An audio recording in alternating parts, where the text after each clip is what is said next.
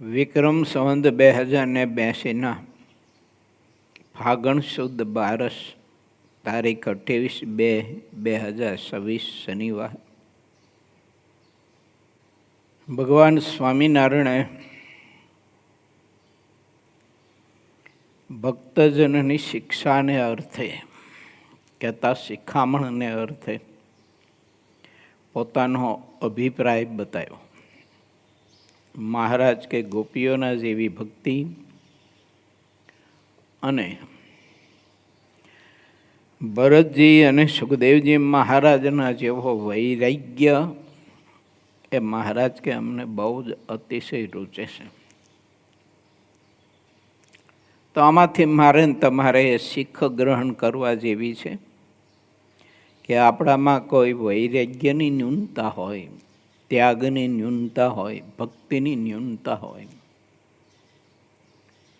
તો વધુ એની દૃઢતા થાય એવો આપણે પ્રયત્ન કરવો જોઈએ ને એના પ્રયત્નમાં ભક્તિના અંગભૂત જે કંઈ મહારાજના ચરિત્રો, વાતો, કીર્તનો એને વધુ ને વધુ ગાવા જોઈએ, સાંભળવા જોઈએ, મનન ચિંતન કરવું જોઈએ તો ભક્તિની પુષ્ટિ થાય અને ગોપીઓના જેવી ભક્તિ થાય.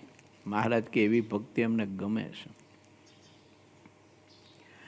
વૈરાગ્યની ન્યૂનતા હોય તો વૈરાગ્યની પુષ્ટિ આપતા કીર્તનો, વાતો, ગ્રંથો, શાસ્ત્રો એવા પ્રકરણો વાંચવા, વિચારવા, મનન કરવું, 2-4 ભક્તોને, સંતો ભક્તોને ભેળા થઈ અને એવા પ્રકરણો ઉપર વાતની આપ-લે કરવી જેણે કરીને વૈરાગ્યની દૃઢતા થાય છે.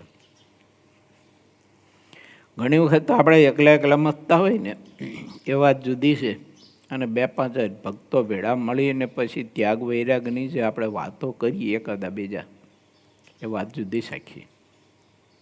એમાં જીવ બળને વધુ પામે છે. ઓલામાં એકલો પોતે ગમે તેમ સમાધાન કરી લે આવું બને અને 2-5 હરિભક્તો સંતો ભેગા થઈને કરતા હોય તો પોતાની રીતે કોઈ સમાધાન પોતે ન કરી શકે. અને મહારાજે પરમહંસો પાસે બધા જ વિષયોના કીર્તનો રચાવ્યા છે. પ્રત્યેક ભગવાનના ભક્તને પોતાના અંગની પુષ્ટિ થાય, વધુ ને વધુ એની દૃઢતા થાય એના માટે મહારાજે અસંખ્યાત બંધ બધા પદોની રચનાઓ મહાપુરુષો પાસે કરાવી છે. માટે આપણે થોડા આપણા જ્ઞાનના વ્યામમાં, ખોટા વ્યામમાં ન રહેવું. થોડું ઘણું સાહિત્ય વાંચીને આપણને કથા, વાર્તા, કીર્તન કથા આવડી ગયું હોય તો ખોટા વ્યામમાં ન રહેવું. ઘણી બધી જ વૈરાગ્યની ખામી હોય, ત્યાગની ખામી હોય, ભક્તિની ખામી હોય. કારણ કે જ્યાં સુધી આપણને મહારાજ કરતા, ભક્તિ કરતા, નિયમ કરતા, મહારાજની સંત ભક્તોની સેવા પરિચર્યા કરતા આપણા દેહની સેવા પરિચર્યાની સંભાવના કરવા માટેની વૃત્તિ રહે છે ત્યાં સુધી વૈરાગ્યની ન્યૂનતા છે, ત્યાગની ન્યૂનતા છે ને ભક્તિની ન્યૂનતા છે. નહીતર પહેલાં એને પ્રધાન ભગવાનને, ભગવાનના સંત ભક્ત એની સંભાવના કરવી, એની પરિચર્યા કરવી, એનો સંગ કરવો, કહેતા એનો સમાગમ કરવો એ પ્રધાન વૃત્તિ વર્તે. આપણને આપણા જ્ઞાનની પ્રધાન વૃત્તિ ન વર્તે. આપણે બધું જાણતા હોઈએ તો પણ એ ગરજવાન થઈને સત્સંગ કરતો રહે. આપણા કરતાં ઓછું જ્ઞાન હોય ને એની પાસે પણ બેસીને સત્સંગ કરે. આ શ્રેષ્ઠ ભૂમિકા છે. જેને જે તે અંગની વૃદ્ધિ પમાડવી હોય ને તે અંગમાં વૃદ્ધિ પામવી હોય, ત્યાગ, ભક્તિ, વૈરાગ, આત્મનિષ્ઠા, સમજણ વગેરે વગેરેમાં, તો એને ગરજવાન થઈ અને પોતાથી ગુણ ન્યૂન હોય એનો પણ ખૂબ જ સમાગમ ને સત્સંગ કરવો જોઈએ. હા, કારણ કે આમાં છે ને એને દેહાત્મ બુદ્ધિ ટાળવી પડે તો જ કરી શકે, નહીં તો કરી ન શકે. જ્ઞાનની અહમ બુદ્ધિ ટાળવી પડે, વૈરાગની અહમ બુદ્ધિ ટાળવી પડે, ત્યાગની અહમ બુદ્ધિ ટાળવી પડે, આત્મનિષ્ઠાની અહમ બુદ્ધિ ટાળવી પડે. કેમ કે ગુણોનો પણ અહમ હોય છે, અને ગુણોનો અહમ હોય એટલે બીજાનો સત્સંગ જીવ કરી શકતો નથી. અને ભગવાનને ભગવાનના કોઈ મોટા સત્પુરુષ આપણે આજ્ઞા કરે કે તમે વાતો કરો, પછી આપણને એમ થાય કે મને તો કંઈ જ્ઞાન છે નહીં, હું શું વાતું કરું. એમ જો આપણને રહે ને તો એ પણ દેહાત્મ બુદ્ધિ છે. ભગવાનને મોટા પુરુષ આજ્ઞા કરે એટલે તુરત જ વિના સંકોચે એ વિષયમાં જોડાવી જવું જોઈએ, તુરત જ એ જ ઘડીએ. અમે ઘણી વખત સંતોની દેહાત્મ બુદ્ધિ કેટલી ટેડી છે ને કેટલી નથી ટેડી એ ચકાસવા માટે થઈને અમારી બપોરની કથા હોય ને ત્યારે હું કહું કે સ્વામી તમે કથા કરો, પણ એ તરત જ બીજા સામે આંગળી ચીંધે. એટલે એટલી દેહાત્મ બુદ્ધિ હજુ એને પજવે છે, નહીતર એને એમાં કોઈ વિકલ્પ જ ન થાય, આંગળી ચીંધે જ નહીં. કાં કોઈની પ્રતીક્ષા કરે ફલાણા ફલાણા સંત આવે પછી કથા વાંચશે, તો એ ન દેખાય ને એવો પાતળો દેહાત્મ બુદ્ધિનો અંશ અંદર રહેલો છે. મહારાજે શબ્દ તત્કાળ વાપર્યો છે. અમે આજ્ઞા કરી કે કોઈ સંત આજ્ઞા કરે ને તો મહારાજ કે તત્કાળ બુરહાનપુર તથા કાશી જવા માટે તત્કાળ તૈયાર થાય, તત્કાળ શબ્દ વાપર્યો છે. એ આંગળી ન ચીંધે, કોઈની રાહ ન જોવાય, તત્કાળ શબ્દ વાપર્યો છે. આજ્ઞા કરે એટલે પડતો બોલ ઝીલે. એટલે આપણી આત્મનિષ્ઠા ને દેહાત્મ બુદ્ધિ વગેરે વગેરે બધું છે ને એનું આમાં માપ પાછું નીકળે ખરું. ભગવાનને મોટા પુરુષ કાંઈ બોલે નહીં પણ માપ નીકળે કે હજુ આને દેહાત્મ બુદ્ધિ પજવે છે ખરી. એમ હરિભક્તોમાં પણ હોય. એમ ઘણી વખત કોઈ મોટા સત્પુરુષ હોય ને હરિભગતની આજ્ઞા કરે, ભગત તમે વાતું કરો, તો એ બીજાને આંગળી ચીંધ્યા અથવા બીજાની પ્રતીક્ષા કરતો હોય એટલે સમજવાનું કે આને હજુ દેહાત્મ બુદ્ધિ બહુ છે, એ પજવે છે, દુઃખ દે છે. મહારાજના વખતમાં ઘણી બધી એવી વાતો લખાણી છે કે મહારાજ મોટા નાના બધા સંતો હરિભક્તો પાસે કથા વાર્તા કરાવતા. પોતે કથા કરતા હોય ને પછી મહારાજ સમાપન કરી અને આજ્ઞા કરે, પર્વતભાઈ મહારાજ તો કે હવે તમે કથા કરો. પર્વતભાઈ ચાલુ જ કરી દે તરત જ. ભગવાન સંત મહિમાની કે જે બધી વાતો તુરત જ ચાલુ કરી દે. એટલે દેહાત્મ બુદ્ધિ ભગવાનના ભક્તોએ ટાળવી અને આત્મસત્તા રૂપે વર્તવા માટેનો અભ્યાસ વધુને વધુ કરવો અને આપણી બધી જ મનમાયની મૂકવી અને મનમાં એવું ન રાખવું કે મને કશું જ નથી આવડતું, આવડતું જ હોય જ, કરવું ન હોય. બાકી આમ આખો દી આપણે જોઈએ તો માણસો બકવાત તો કરતા જ હોય છે ને, બોલતા નથી હોતા. તે બીજો બકવાત કરતા કેમ આવડે? તો ભગવાનના ગુણ ગાતા કેમ ન આવડે? આવડે જ. ચાલુ કરે એટલે થઈ જ જાય. ભગવાનને મોટા સત્પુરુષના વચને થાય, આપણી આવડતથી ન આપણને આવડે. અને એના વચને આપણે ચાલુ કરીએ એટલે તુરત જ આપમેળે મહારાજ જ બધા વિચારો અને સંદેશાઓ આપે. પણ દેહાત્મ બુદ્ધિવાળાને ડર બહુ હોય. આત્મસત્તા રૂપે વર્તતો હોય ને કોઈ ડર ન હોય. ઓલો હાવ ડરપોક હોય, મન નહીં આવડે, મન ન આવડે, આ ડર હોય છે એનામાં. અને દેહાત્મા બુદ્ધિથી પારું વર્તતો એને ડર જ ન હોય, બીક ન હોય, ભય ન હોય. ધ્યાન ભજન બધા માર્ગમ, ખાલી કથા વાર્તાની એક જ બાબત નથી, પણ ધ્યાન કરવું, ભજન કરવું, સેવા કરવી, પરિચય કરવી વગેરે વગેરે બધું જે હોય તે એમાં એને ભગવાનને મોટા પુરુષના વચનમાં દ્રઢ ભરોસો હોય. મને મહારાજે એવા આજ્ઞા કરીને, મોટા પુરુષે આજ્ઞા કરીને, એટલે એના વચને થવાનું છે, મારાથી નથી થવાનું, પણ એના વચને થવાનું. અને એના વચનમાં ભરોસો હોય ને એટલે થાય જ એવું. શ્રીજી મહારાજ આપણને વૈરાગ્યની, ત્યાગની, ભક્તિની નિષ્ઠા વધુ દ્રઢ પક્વ થાય, અંગ વધુ દ્રઢ બંધાય, એની પુષ્ટિ થાય, એના માટે પોતાના મિશ્ય કરીને મહારાજ આપણને આ સદવિચાર આપે છે, આપ્યો છે.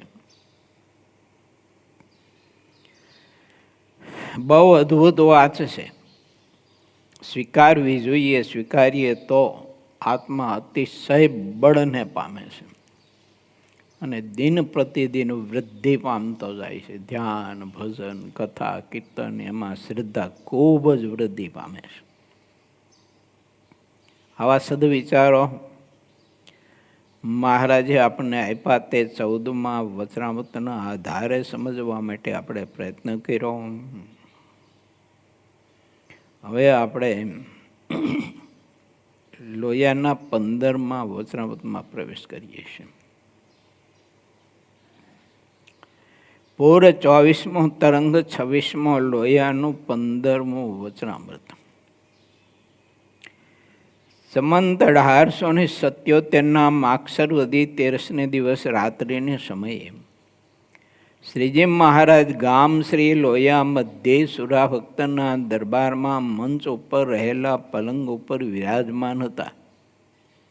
અને તે વખતે મસ્તક ઉપર મલમલનો પેચદાર શ્વેત ફેંટો બાંધ્યો હતો અને બીજા શ્વેત ફેંટાએ કરીને બોકાની વાળી હતી.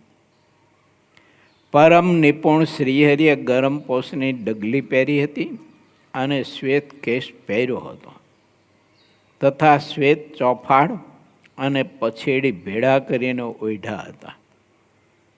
તેની વર્ણવી ન શકાય તેવી શોભા બની હતી. અને પોતાના મુખારવિંદને આગળ પરમહંસની સભા તથા દેશ દેશના હરિભક્તની સભા ભરાઈને બેઠી હતી.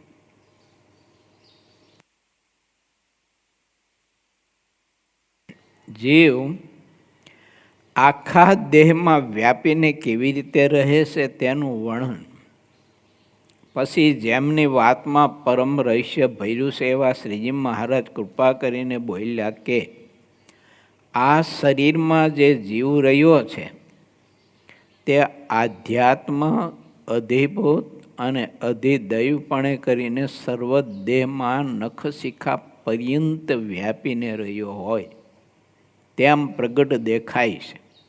અને દેવતા તથા ઇન્દ્રિયો રૂપે કરીને જીવનું ભોગતાપણું છે, પણ દેવતાની ઇન્દ્રિયોથી પૃથકપણે રહીને ભોગતા નથી. ત્યારે નિત્યાનંદ સ્વામી બોલ્યા છે, એમ મહારાજ, તો પછી એમ કહેવાય છે કે જીવ તો સામાન્યપણે સર્વ દેહમાં વ્યાપીને રહ્યો છે અને વિશેષપણે કરીને હૃદય આકાશમાં રહ્યો છે. ત્યારે સર્વ ઠેકાણે તેનું એક સરખું જાણપણું નથી જણાતું, તેનું કેમ સમજવું? પછી શ્રીજી મહારાજ બોલ્યા છે, જેમ સૂર્ય છે તે પોતાના કિરણોએ કરીને સર્વ પદાર્થમાં વ્યાપીને રહ્યો છે, પણ તેની સામે જેવું પદાર્થ હોય તેવો ત્યાં સૂર્યનો પ્રકાશ જણાય છે. કેમ છે?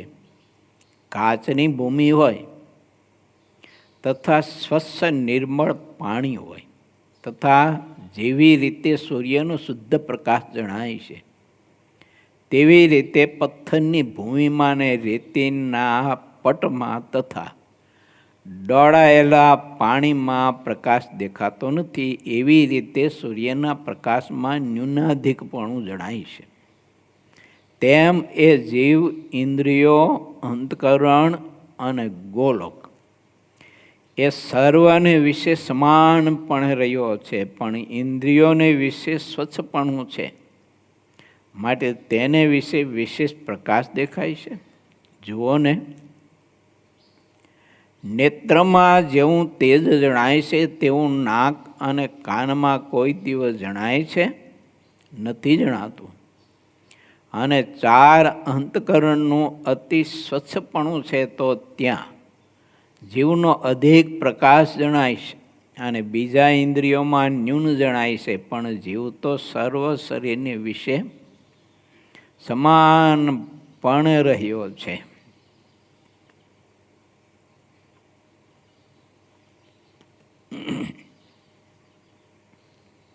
આત્મા, ઇન્દ્રિયો, અંતકરણ અને એના દેવતા એના પ્રકાશે કરીને જ્ઞાન બધું પ્રાપ્ત કરે છે, અને એ જ્ઞાન પ્રાપ્ત કરી અને વિષયો ભોગવે છે. પણ એક વાત આમાં મને એ જણાય છે, મારી થોડીક અલ્પમત્ય કરીને, કે જેમ આત્મા, ઇન્દ્રિયો અને અંતકરણ અને એના દેવતાના આધારે વિષયો મેળવે છે અને ભોગવે છે, એ જ રીતે આત્મા જો ભગવાનને, ભગવાનના મોટા પુરુષના વચને કરીને વિષયો મેળવે ને ભોગવે ને, તો એ આત્મા વિષયો ભોગવવા છતાંય પણ પોતે અકર્તા રહી શકે. કારણ કે ઇન્દ્રિયો, અંતકરણને એના દેવતા, એના પ્રકાશના પ્રેરક મહારાજ અને મોટા પુરુષ છે. અને એ મોટા પુરુષના વચનમાં જે પ્રકાશ રહ્યો હોય, કહેતા દૈવત રહ્યું હોય, એ દૈવત, એવું દૈવત, એટલું દૈવત ઇન્દ્રિયો, અંતકરણને એના દેવતામાં ન હોય. તો ઇન્દ્રિયો, અંતકરણને એના દેવતાના માધ્યમે આત્મા જે વિષયો જાણે, ભોગવે, તો એમાં વિકાર રહેવાનો. મહારાજના એવા મુક્ત પુરુષ હોય અને એના વચને જ્યારે વિષયોને ગ્રહણ કરે, ત્યારે તે આત્મા વિષય ભોગવવા છતાંય, મેળવવા છતાંય પણ એમાં એ નિર્લિપ રહેવાનો અને નિષ્કામી રહેવાનો. વિષય થોડોક સમજવો અઘરો છે, પરંતુ ભગવાનને, મોટા પુરુષની મરજી કરીને, આજ્ઞા કરીને વિષય ભોગવવા જોઈએ. તો કેવી રીતે ભોગવવા? તો મહારાજને, મોટા પુરુષ આપને આજ્ઞા કરે કે તારે મહારાજની મૂર્તિનું નખ શિખા પર્યંત ધ્યાન કરવાનું, ત્રાટક કરવાનું. અને એ મહારાજની મૂર્તિનું ધ્યાન કરે, ત્રાટક કરે, તો મોટા પુરુષના વચને કરીને તે વિષય એને ભોગવો કહેવાય. તરિત ગતિએ મહારાજમાં પ્રીતિ બહુ થાય એને. ઇન્દ્રિયો, અંતકરણીના દેવતાનું જાણપણું કે એનું જ્ઞાન કે જે કંઈ એનું સહાયપણું એક બાજુ પીડ્યું રહે, અને એને સીધો જ મહારાજને, મહારાજના મોટા મુક્ત પુરુષનો સંબંધ થાય આત્માને. પછી ચાહે તે વિષય હોય, પણ એ વિષય એને બાધ કરતા ન થાય, બંધન કરતા ન થાય. એટલે મહારાજ વારંવાર કહે છે કે ભગવાનને, મોટા પુરુષના વચને, લખ્યું ને સંતોએ કહ્યું, વચને નિવૃત્તિ, વચને પ્રવૃત્તિ. આ મોટા પુરુષના વચને કરીને ચાહે એટલી પ્રવૃત્તિ કરે તો એ જીવ નિર્બાધ જ રહે, બંધન થાય જ નહીં. પણ મોટા પુરુષના વચને પ્રવૃત્તિ કરતો થકો, તે પ્રવૃત્તિનું સુખ, એ પ્રવૃત્તિ કરવાનો આનંદ, એ કાર્ય કરવાનો આનંદ ઇન્દ્રિયો અંતકરણ એના દેવતા થકી જો લેવા જાય ને તો બંધન થાય પાછું. જો પણ એ વચને કરીને કરે, ભગવાનને મોટા પુરુષના વચને કરીને, તો બંધન ન થાય, ચાહે એટલી પ્રવૃત્તિ કરે. મહારાજના વખતમાં જો મોટા પુરુષોએ કેટલી પ્રવૃત્તિ કરી, મંદિરો કર્યા, શાસ્ત્રો રીચા, કીર્તનો રીચા, કેટલું કેટલું સત્સંગમાં વિચરણ કર્યું, પણ મહારાજના વચન કર્યું એમને ઇન્દ્રિયો અંતકરણના દેવતાના યોગ્ય કરીને ના કર્યું, વચને કરીને કર્યું. અને જ્યારે જ્યારે વચન એવું કહ્યું ત્યારે ત્યારે તે પાછી પ્રવૃત્તિ ફટ દઈને મૂકી દીધી. નહીં, બ્રહ્માનંદ સ્વામીને મહારાજ ન કહ્યું વડતાલનું મંદિર પૂરું થયું પછી કે તમે અમારી સાથે ચાલો અમારા કાવ્ય કીર્તન કરવા. તે બ્રહ્માનંદ સ્વામી તરત મહારાજની સાથે ચાલી નીકળ્યા. વચને નિવૃત્તિ, વચને પ્રવૃત્તિ આ શ્રેષ્ઠ છે. ઇન્દ્રિયો અંતકરણ દેવતાર્યાને એના થકી જે આત્મા સુખ ભોગવે છે, વિષયો મેળવે છે, વિષયોનું જ્ઞાન જાણે છે, એટલે આત્માર્યોને એ નિર્વિકાર નથી થઈ શકતો. ભગવાનને મોટા પુરુષના વચને જો મેળવે ને ભોગવે ને તો આત્મા નિર્વિકાર થઈ જાય. વિકારવાનો હોય તો પણ નિર્વિકાર થઈ જાય. બહુ મજાની અદ્ભુત વાત છે, સમજાય તો. પણ હવે એ કામ બહુ કઠણ છે કે ભગવાનના મોટા પુરુષના વચને આપણે વિષયો મેળવવા ત્યાગ કરવો અઘરો છે. મહારાજે લોયાના છઠ્ઠામાં કહ્યું છે કે સંત એમ કહે કે આ જગ્યાએ ન બેસવું, આનો સંગ ન કરવો, આની વાત ન સાંભળવી, આ શાસ્ત્ર ન ભણવું, આ શાસ્ત્ર ભણવું, આનો સંગ કરવો, એ તુરત મહારાજ કે સ્વીકાર કરે. તો એ ભગવાનને મોટા પુરુષના વચને વિષય ભોગવો કહેવાય. બંધન કરતા થાય જ નહીં, કોઈ દિવસ ન થાય. અને એ ભગવાનના સત્પુરુષ આજ્ઞા કરે એમનો વિષય ભોગવે અને પોતાની ઇન્દ્રિયો અંતકરણના દેવતાઓ કહે એમ વિષય ભોગવે, એટલે વિષય ના ભગવાન સંબંધી કથા હોય અને ભગવાન સંબંધી કીર્તન હોય અથવા કોઈ ધૂન હોય, અને એ આપણે ઇન્દ્રિયો અંતકરણ જેમ કે એમ તે વિષય આપણે ભોગવી, એ કથા સાંભળીએ આપણે. અને ભગવાનના સંતના વચને કરીને આપણે સાંભળીએ, બેમાં કેટલો ભેદ છે. કેમ ઓલામાં રાગ રહેવાનો, અને જ્યારે કોઈ છોડાવશે ને તે દિવસમાં બહુ લાગશે, નહીં છૂટે. કારણ કે ઇન્દ્રિયો અંતકરણના માધ્યમે તે વિશે આત્મા ભોગવે છે, એટલે તો એમાં માઇક ભાવ રહેવાનો છે. અને સંતના વચને કરીને કરે તો એમાં કોઈ દિવસ એને કોઈ વિકલ્પ જ નહીં રહેવાનો. કેમ? ભગવાનના સંતે આજ્ઞા કરી કે તારે આવી રીતે ધ્યાન કરવાનું, તો મંડી પડે. વળી પાછું 2-5 દિવસ પછી કે તારે ધ્યાન નથી કરવાનું, તારે આ સેવા કરવાની, તો સેવા કરવા મંડી પડે.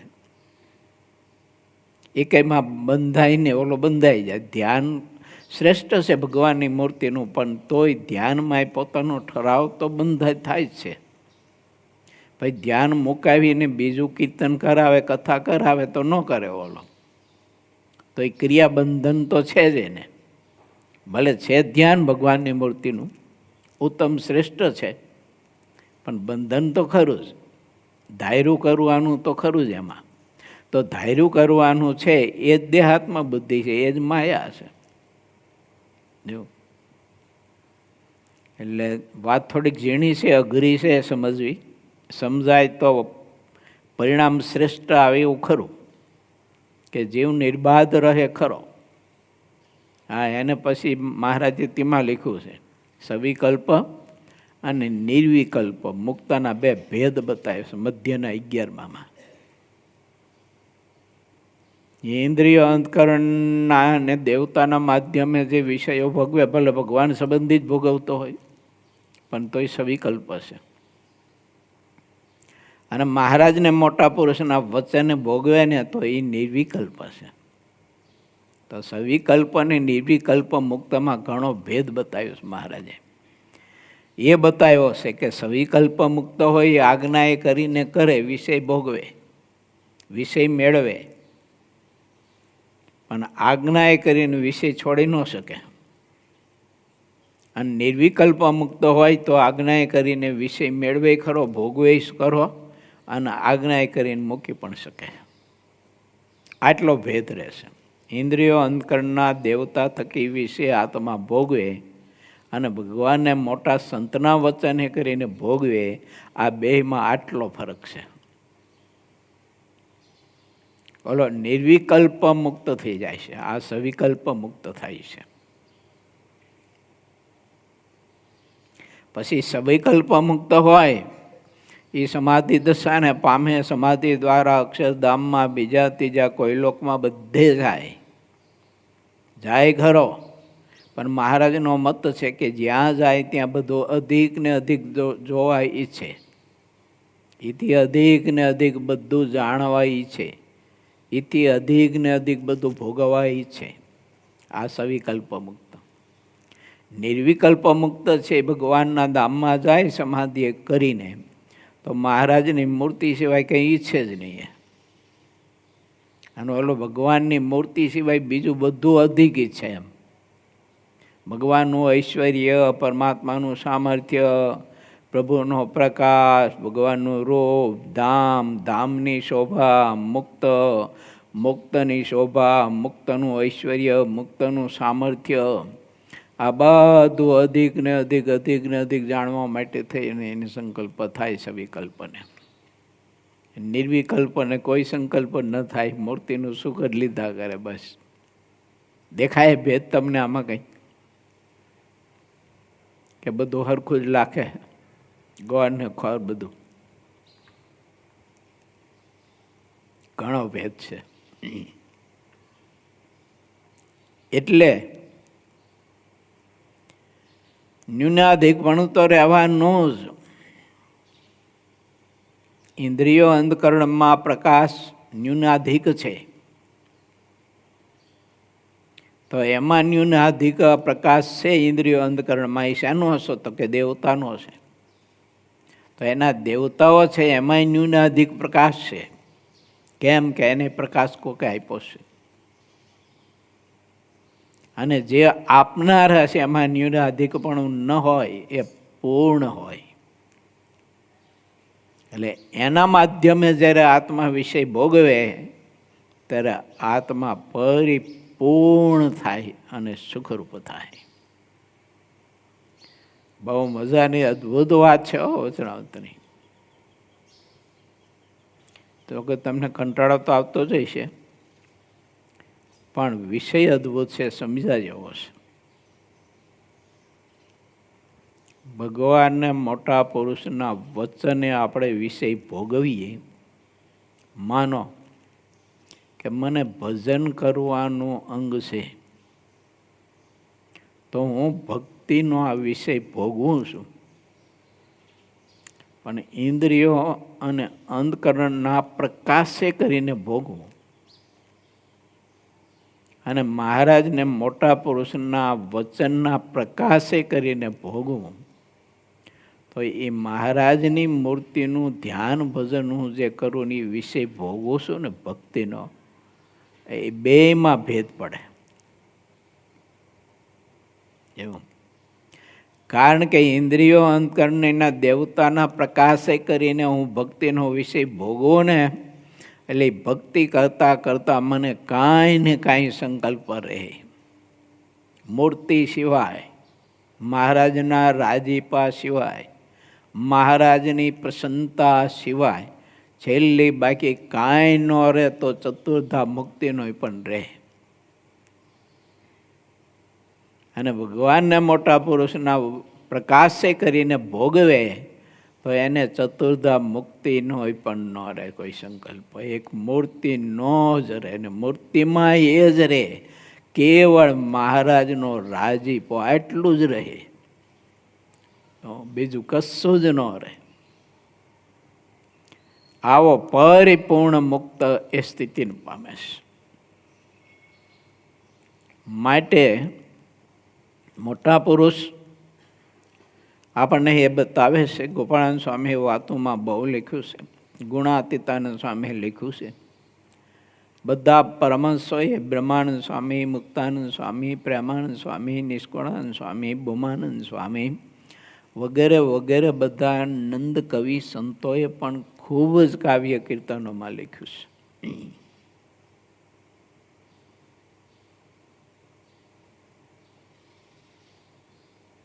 ન લખો મુક્તાનંદ સ્વામી, સદગુરુ સેવો રે સાચા શુદ્ધ ભાવથી રે. તો એનો શું મિનિંગ થાય કહો? શુદ્ધ ભાવ ક્યાંથી? ભગવાનને ભગવાનના સંતની આજ્ઞાએ કરીને સત્પુરુષને સેવે. આજ્ઞા કરે આપણને કે હે ભગત, એ સાધુરામ, તમારે આ સંતની સેવા કરવાની અને આ સંતનો તમારે સમાગમ કરવાનો. તો એ સંતની આજ્ઞાએ કરીને સમાગમ કરે ને સેવા કરે ને, ત્યારે એ સેવાના સમાગમથી એનામાં પ્રકાશ છે ને, એ જે સત્પુરુષે આજ્ઞા કરી હોય ને એના જેવો જ આવે.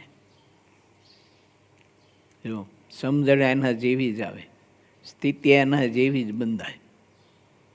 અને ઇન્દ્રિયો અંતકરણના દેવતાઓના કહેવાથી ભોગવે ને, તો ઇન્દ્રિયો અંતકરણને દેવતામાં જેટલો પ્રકાશ હોય ને એની જેટલી સ્થિતિ હોય ને એટલી સ્થિતિ આની બંધાય. અને એટલો જ પ્રકાશ આવે જોખીને.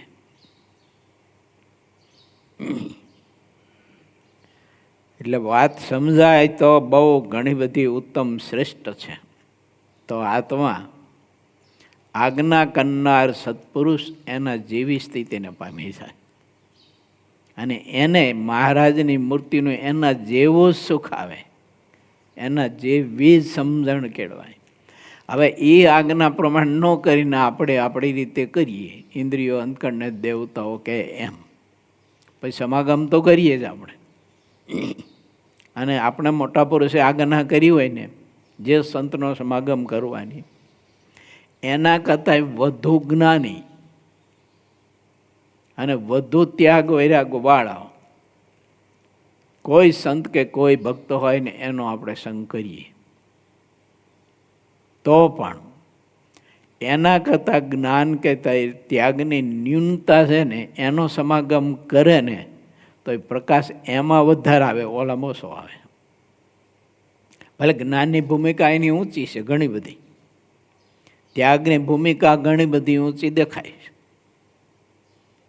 પણ એનો સંગ કરે તો એનો સંગ એને કર્યો એ ઇન્દ્રિયો અંતકરણ અને દેવતાના પ્રકાશે કરીને કર્યો છે, એટલે એનામાં પરિપૂર્ણ પ્રકાશ નથી આવતો. સંતના પ્રકાશે કરીને, એટલે કે એની આજ્ઞાએ કરીને, એની મરજીએ કરીને કરે. ભલે એનામાં જ્ઞાન ન્યૂન છે, વાતો હળવી હળવી જ કરે છે હવે, અને ભાંગા તૂટતા શબ્દ બોલે છે, પણ સમાજ તો એનાથી થાય. મહારાજના વખતમાં કેટલાય પ્રસંગો છે. એટલે ઉમરેઠના બ્રાહ્મણોને સત્સંગ કરવા પરમાનંદ સ્વામી મહારાજે મોકલ્યા. તે પરમાનંદ સ્વામીને પૂરું સ્વામિનારાયણ નામ ઉચ્ચારણ કરતા નહોતું આવડતું. તે મામીનારાયણ ભજન કરે એમ સંતો કહે છે વાતોમાં. અને ઘણા બધા વિદ્વાનો ગયા હતા ઉમરેઠના, એક પણ બ્રાહ્મણ કોઈ પણ પંડિતે કંઠી નહોતી બાંધી. અને પરમાનંદ સ્વામી ગયા ને તે બધાએ કંઠ્યો તો બાંધી, પણ આખો સંઘ લઈને ગઢપો દર્શન કરવા આવ્યા હતા. વાત છે આવી. કેમ આમ કેમ થયું? તો સંતના વચને એને વિષય ભોગવા એ પંડિતોએ. કયો વિષય? જ્ઞાનનો, ભક્તિનો, શ્રદ્ધાનો, વિશ્વાસનો. તો એના વચને કરીને વિષય ભોગવો તો એનું બધું જ અભિમાન ઓગળી ગયું. બોલો, નકે એ બહુ મહાપ્રખર વિદ્વાન હતા અને છોટી કાશી કહેવાતી, એટલા બધા મહાપ્રખર વિદ્વાનો હતા. એનું બધું જ જ્ઞાન ઓગળી ગયું. પરમાનંદ સ્વામીમાં કોઈ એવું જ્ઞાન નહોતું કાંઈ. માટે આ બધા જ પ્રસંગો જોતા આપણને દેખાય છે કે ઇન્દ્રિયો અંતકરણને દેવતાના પ્રકાશે કરીને વિષય ભોગવવા એની કરતાં ભગવાનને ભગવાનના મોટા પુરુષના વચનના પ્રકાશે કરીને, એની ઈચ્છાના પ્રકાશે કરીને, એની મરજીના પ્રકાશે કરીને વિષય ભોગવવો તે શ્રેષ્ઠ છે, ઉત્તમ છે. અને એ જ મહાપુરુષની જેવી સ્થિતિને આત્મા પામે અને એને જેવું મહારાજની મૂર્તિનું સુખને આનંદ આવે ને એવો જ આને આનંદને સુખ આવે, શેમ આવે. એટલે લખ્યું ને, સંત સેવે સંત સરીખો થાય. અને ઇન્દ્રિયો અંતકરણને દેવતાએ સેવે એના સરીખો થાય. તો સંતને આધાર કોઈ નથી, એક ભગવાનનો છે. ઇન્દ્રિયો અંતકરણને ભગવાનનો આધાર નથી, માયાનો આધાર છે. આટલો ભેદ છે. એ માયામાંથી બધું ઉપજે છે. અને ઓલો શુદ્ધો સીધો ભગવાનનો સંબંધ છે. એટલે એમાં પછી જ્ઞાનની ભૂમિકા ના વિચારવાની હોય, એમાં કોઈ શબ્દ ચાતુર્ય વિચારવાનું ના હોય, એમાં ફક્ત એની સ્થિતિનો પ્રકાશ જ વિચારવાનો હોય. આ પુરુષની સ્થિતિ કેવી છે અને ભગવાનનો સંબંધ કેવો છે એ વિચારવાનું હોય. પણ આપણે બધા શું કરીએ ખબર કે બધા આપણે શબ્દકોશમાં ને શબ્દ ચાતુર્યમાં ને જ્ઞાન ચાતુર્યમાં ને આમાં જ આપણે બધા છે એનું બધું જ એમાં માનીએ. એમ આવું જીવને થાય. માટે મહારાજ બહુ અદ્ભુત વાત કરે છે કે ઇન્દ્રિયો અંતકરણમાં ન્યૂન પ્રકાશ છે. તો એ સંતમાં જેવો પ્રકાશ છે એવો ઇન્દ્રિયો અંતકરણ અને એના દેવતામાં પ્રકાશ નથી. એટલે પરિપૂર્ણ પ્રકાશ મહારાજની મૂર્તિને ધારી રહેલા એવા પુરુષ જે હોય ને એમાં છે. અને એનો જ્યારે આત્મા સમાગમ કરે ને એનો સંબંધ આત્માને થાય ત્યારે આત્મા છે એની પરિપૂર્ણ જ્ઞાની થાય. અને પરિપૂર્ણ જ્ઞાની થાય ને એટલે એને પરમાત્માની મૂર્તિનું પરિપૂર્ણ યથાર્થ સુખ આવે. અને યથાર્થ સુખ આવે એટલે આપ મેળાએ તે આત્માને બીજું બધું જ છૂટી જાય ને છોડવું જ ન પડે, નકારું કરવું જ ન પડે, નકારું જ થઈ જાય. અને એ બધું નકારું થઈ ગયું મહારાજની મૂર્તિના સુખ સિવાયનું, તો મહારાજમાં કેટલો સ્નેહ પ્રદાન થઈ ગયો કહેવાય. વૈરાગ્ય કેટલો એનો બૃહદ કહેવાય, એનો ત્યાગ કેટલો બધો બૃહદ કહેવાય. એ ભગવાન સિવાય કંઈ ઈચ્છે જ નહીં. બધા અંગ કેવા પરિપૂર્ણ થાય એમ. ત્યાગ, વૈરાગ, આત્મનિષ્ઠા, બીજું ત્રીજું જો ઘણા બધા એને આત્મનિષ્ઠા હતી, પણ ભગવાનને ભગવાનના સંતના વચને તે આત્મનિષ્ઠાથી કે ગુણ નહોતા પ્રાપ્ત કરેલા, સાધનથી કરેલા હતા. ઇન્દ્રિયો અંતકરણના પ્રકાર અને એના દેવતાના પ્રકાશે કરીને સાધન કર્યું, સાધને કરીને એ મેળવું તો આત્મનિષ્ઠા તો ઘણી હતી, પણ ભગવાન પુરુષોત્તમ નારાયણનો સ્વીકાર થયો કહો જોઈ. ભગવાન સામે ચાલીને મળ્યા એને ન મળ્યા. મેઘજી, દ્રગુનાથ વગેરે વગેરે બધાને મળ્યા કે ન મળ્યા. રાવણને મળ્યા કે ન મળ્યા. ભગવાન સામેથી લંકામાં ગયા. આખો સમુદ્ર ઉલ્લંઘીને સામેથી ગયા ભગવાન. જો તો જ્ઞાન તો હતું જ ને. તો એનો ભાઈ વિભીષણ હતો, એને રાવણ જેટલું જ્ઞાન નહોતું. પેલી સબરીનું જ્ઞાન હતું, કાંઈ નહોતું. પણ સબરી વિષય ભોગવા મતંગ મહર્ષિના વચને ભોગવા છે. અને 80 વર્ષ સુધી વિષય ભોગવા એને, ગુરુ વચને ભોગવા. આ દેખાય છે ને, આના જવાબ બધા આમાં છે કે નહીં, શાસ્ત્રમાં છે. આપણે એ જવાબ ખોડવા પડે એમાંથી. જો આના જવાબ બધા આમાં જ છે કે વધારે પ્રકાશ શેમાં છે? સંતમાં, ઇન્દ્રિયોમાં, અંધકરણમાં, એના દેવતામાં. કોનામાં પ્રકાશ અધિક છે? એ સંતમાં કે પછી તે ઇન્દ્રિયો અંતકરણમાં, દેવતામાં? એટલે મહારાજ કહે છે કે આત્મસત્તા રૂપે સત્સંગ કરજો. એટલે પ્રભુ કહે છે. આ મહારાજના આ શબ્દ છે ને, બહુ ઊંડા, અતિ ગર્ભિત, ઊંડા રહસ્યવાળા હોય છે. જો મહારાજ કે ઇન્દ્રિયો અંતકરણના પ્રકાશે કરી અને તમે સત્સંગ ન કરતા, સંતના પ્રકાશે કરજો, આત્મસત્તા રૂપ થઈને કરજો, સંતના દાસ થઈને કરજો. એવું સંતના પ્રકાશે કરીને સત્સંગ કર્યો કોને કહેવાય? જે સંતનો દાસ થઈને સત્સંગ કરતો હોય ને, એ સંતના પ્રકાશે સત્સંગ કર્યો કહેવાય. તો મહારાજનો કહેવાનો હેતુ એ છે કે સંતના દાસ થઈ અને સંતના વચને સત્સંગ કરો. ઇન્દ્રિયો અંતકરણને દેવતાના પ્રકાશે કરીને સત્સંગ ન કરો. એના પ્રકાશે કરીને સત્સંગ કરશો તો તમારી એમાં અહમ બુદ્ધિ નહીં ટળે, રહેશે. અને એ અહમ બુદ્ધિ આપણને પીડા અને દુઃખ દીધા જ કરવાની. આવી વાત છે. હવે મહારાજ દ્રષ્ટાંત આપે છે.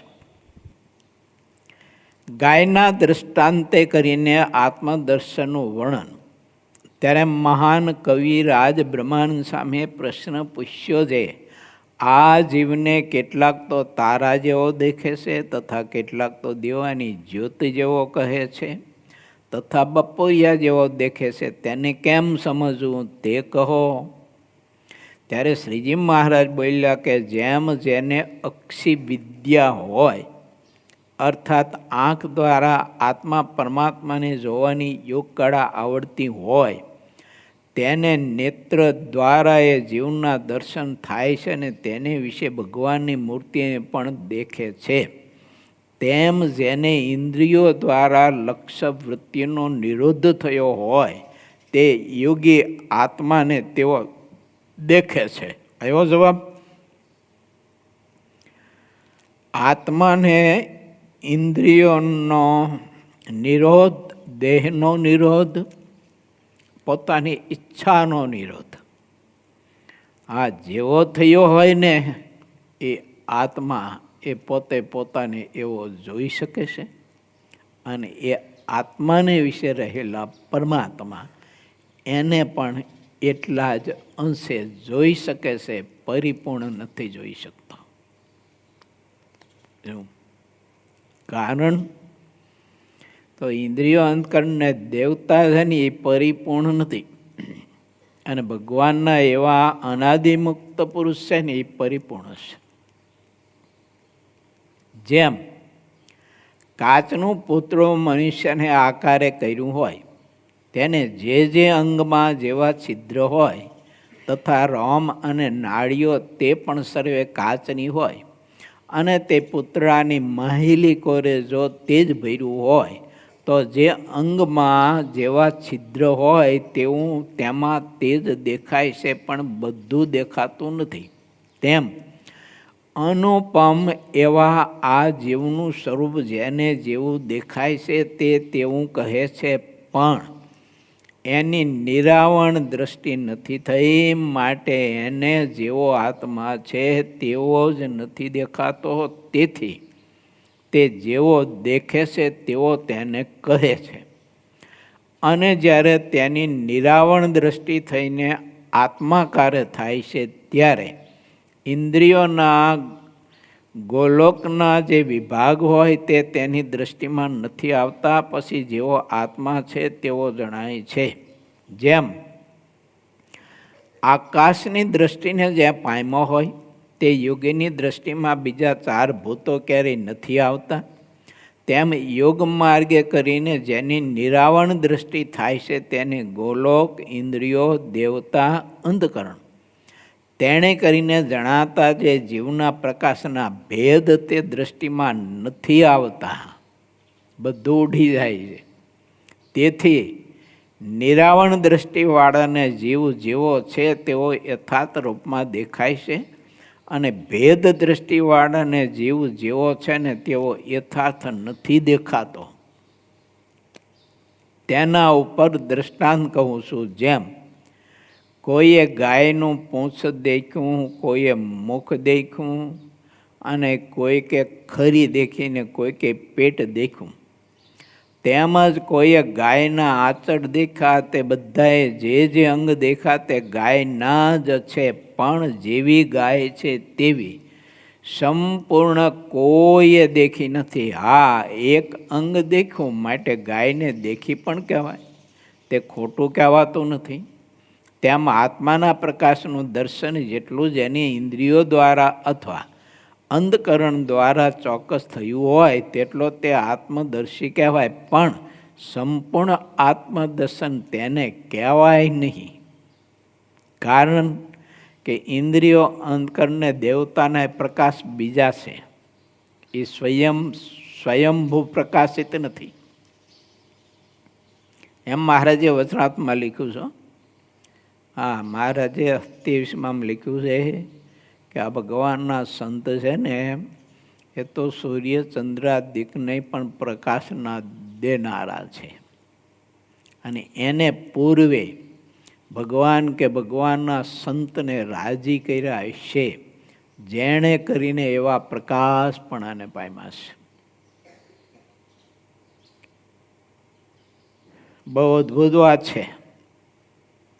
પણ સંપૂર્ણ આત્મદર્શન તેને કહેવાય નહીં. માટે અમે તો એ જીવને વિશે આવી રીતે સામાન્ય વિશેષપણું કહીએ છીએ. ભગવાન સર્વેમાં મૂર્તિમાન રહ્યા છે.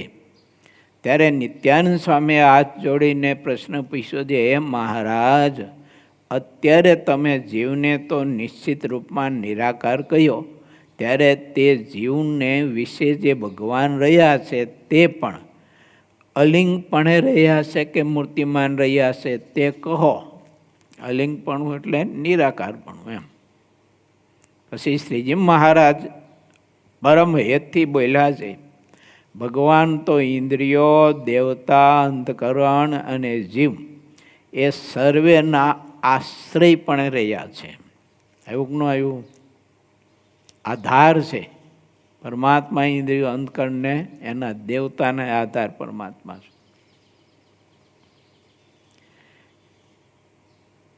તે આધાર બધાને ઇન્દ્રિયો, અંતકરણને દેવતાના આધાર પરમાત્મા છે.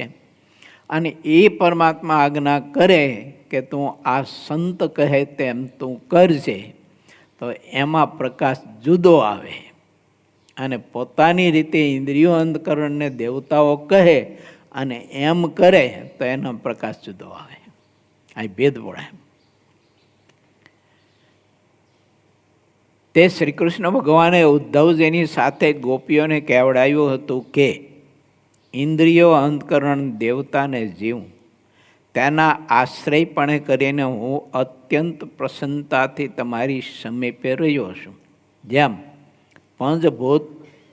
પંચ મહાભૂતો બ્રહ્માંડને વિશે નિવાસ કરીને રહ્યા છે, તેના તેજ પંચભૂતો પ્રતાપે સહિત સર્વદેહમાં રહ્યા છે, તેમ હું મથુરામાં રહ્યો છું. તે તો જેમ મહાભૂત વિશેષપણે કરીને બ્રહ્માંડને વિશે રહ્યા છે તેમ રહ્યો છું, આમાં કાંઈ અસત્ય માનશો નહીં. અને જેમ આ પંચ મહાભૂતો જીવના શરીરમાં સામાન્યપણે કરીને રહ્યા છે, તેમ હું તમારી સમીપે નિર્લેપ રહ્યો થકો સદા રહ્યો છું, પણ હું તમને દેખાતો નથી. તેનું કારણ તો એ છે કે તમારા ચિત્તની વૃત્તિનો મારે વિશે નિરોધ કરવો છે અથવા સ્થિર કરવી છે, એટલા માટે દેખાતો નથી. પણ હું રહ્યો તો મૂર્તિમાન જ છું. છે ને અદ્ભુત વાત? બોલો, સમજવા જેવી છો. ગમે તે રૂપે પણ શ્રીહરિ પોતે જ રહ્યા છે. ત્યારે ફરી નિત્યાનંદ સ્વામી શ્રીહરિને કહ્યું કે હે મહારાજ, આપે કહ્યું કે એ ભગવાન ઇન્દ્રિયાદિકના આશ્રયપણે કરીને રહ્યા છે, તે પુરુષ રૂપે કરીને રહ્યા છે કે અક્ષર રૂપે કરીને રહ્યા છે કે પોતે સ્વયં પરમ અનુપમ પુરુષોત્તમપણે કરીને રહ્યા છે. ત્યારે શ્રીજી મહારાજ તે મુનિ પ્રત્યે બોલ્યા છે, જીવ, પુરુષ, અક્ષર ને પુરુષોત્તમ એ સર્વનું તેજ પ્રકાશપણે કરીને તો સજાતીય સરખું જણાય છે, માટે એમના પ્રકાશના ભેદ પાડવાને તો કોઈ સમર્થ નથી. અને તેમાં ભેદ તો અતિશય છે, પણ તે ભેદને દેખવાને ક્યારેય કોઈ સમર્થ નથી. એવી જ આ બાબત છે.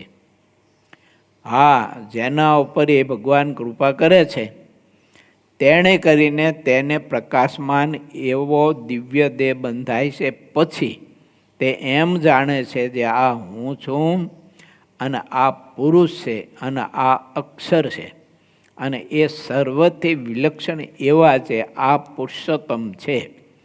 એવી રીતે એ સર્વને પૃથકપણે દેખે છે અને એમના પ્રકાશને પણ વિલક્ષણપણે દેખે છે. પણ ભગવાનના એવા ભક્ત સિવાય બીજો ગમે તેવો હોય તો પણ તેને પૃથકપણે દેખવાને સમર્થ થતો નથી. માટે એ ભગવાન ગમે તે રૂપે કરીને રહ્યા હોય પણ પોતે જ રહ્યા છે, એમાં અમે કાંઈ મિથ્યા કહેતા નથી.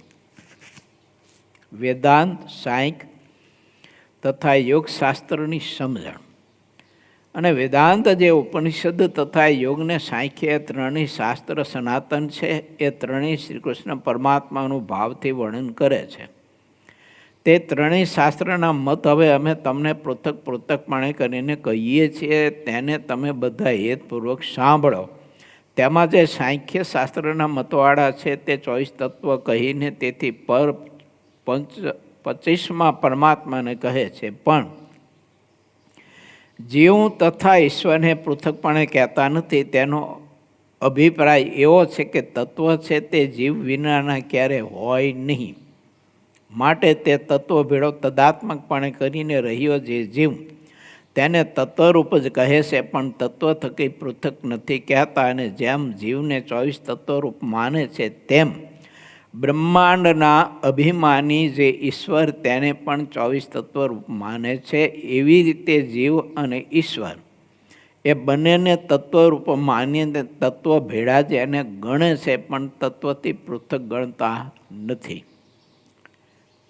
તે સાંખ્યવાળા પરમાત્માને 25માં કહે છે, પણ એમ ન સમજવું કે એના મતમાં જીવ નથી. કાં જે સાંખ્ય શાસ્ત્રવાળાએ સમદમાદિક ષટ સંપત્તિ, શ્રવણ, મનન, નિધિધ્યાસનાદિક જે સાધન કહ્યા છે તે જીવને જ કરવાના કહ્યા છે. પછી તે સાધને કરીને વિચારને પામે ને તે વિચારે કરીને ચોક્કસ રૂપમાં તત્વથી પોતે નોખો પડે ને પોતાને બ્રહ્મરૂપ માનીને પરમાત્માને ભજે. એવી રીતે સાંખ્ય શાસ્ત્રનો મત કહેવાય છે. તે મોક્ષ ધર્મમાં સુખજીના પ્રત્યે નારદજીએ કહ્યું છે કે તય્ય ધર્મ ધર્મ ચ ઉભે તય્ય નૃત્ય તય્ય ઉભે સત્યાનૃત્ય તક્તવા એન તય્યસી તય્યસ. એનો અર્થ એવો છે કે જ્યારે મુમુક્ષુ આત્મવિચાર કરવા બેસે ત્યારે આડા જે ધર્મરૂપ અથવા અધર્મરૂપ સત્યરૂપ તથા અસત્યરૂપ જે અપાર સંકલ્પ આવે ત્યાંનો ત્યાગ કરીને જે વિચારે કરીને એને તજે છે તે વિચારનો પણ ત્યાગ કરીને બ્રહ્મરૂપે રહેવું પણ દેહ કરીને ધર્મરૂપ એમનો ત્યાગ કરવાનું કહ્યું નથી. એવો તે શ્લોકનો અર્થ છે. હવે યોગશાસ્ત્રનો મત એમ કહે છે, એ કહીએ છીએ કે યોગવાળા છે તે 24 તત્વોને પૃથક ગણે છે તથા જીવને ઈશ્વરને 25માં કહે છે તથા પરમાત્માને 26માં કહે છે. અને વિવેકે કરીને 25માં અને જીવાત્માને તત્વ થકી અલગ સમજીને તેને વિશે પોતાપણાની દૃઢતા માનીને 24 તત્વની જે વૃત્તિઓ તેને પિંડી ભાવ એકાગ્ર કરીને બળાત્કારે 26માં જે પરમાત્મામાં તેને વિશે રાખે પણ વિષય સન્મુખ ચિત્તને લગાર પણ જવા દે નહીં અને સાર અસારનો વિચાર કરે અને એમ સમજે જે મારી વૃત્તિ ભગવાનને છોડીને બીજે ઠેકાણે જો જશે તો મને સંસ્કૃતિ થશે. માટે અતિશય આગ્રહ રાખીને ઇન્દ્રિયો તથા અંતકરની વૃત્તિઓ તેને ભગવાન સન્મુખ રાખે એવી યોગ કળાની સમજણ હોય છે. અને જે સાંખ્યમતવાળા છે તે એમ સમજે છે મારે ઇન્દ્રિયો અંતકર જ નથી તો જશે ક્યાં, એવી રીતે તેને દ્રઢ સમજણ રહે છે. માટે તે સમજણના બળથી પોતાને પરમ અનુપમ બ્રહ્મરૂપ માનીને સદા નિર્ભય વર્તે છે. અને જે યોગવાળા છે તે તો રાત દિવસ ડરતા રહે છે.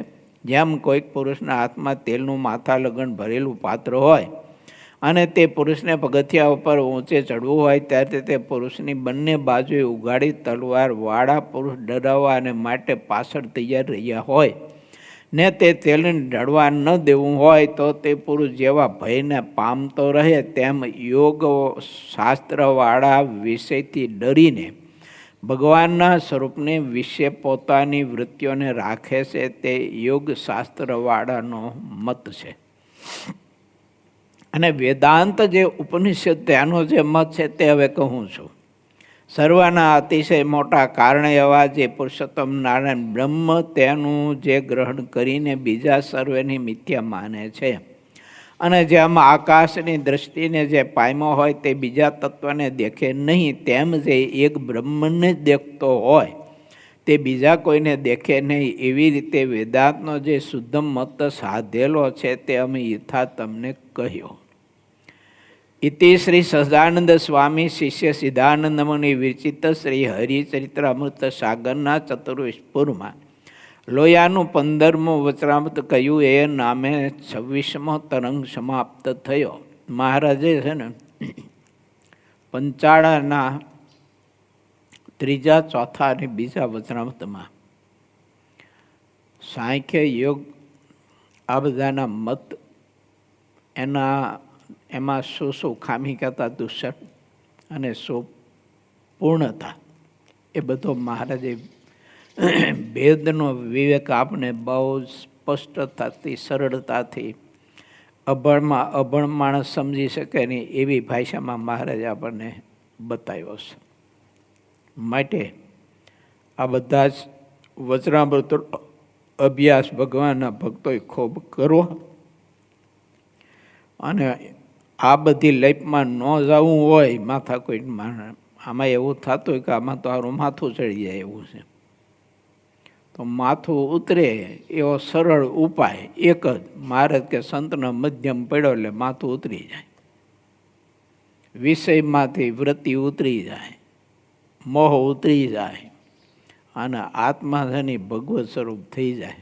બહુ સરળ ઉપાય, સહેલામાં સહેલો ઉપાય મહારાજે બતાવ્યો, સ્વીકારો.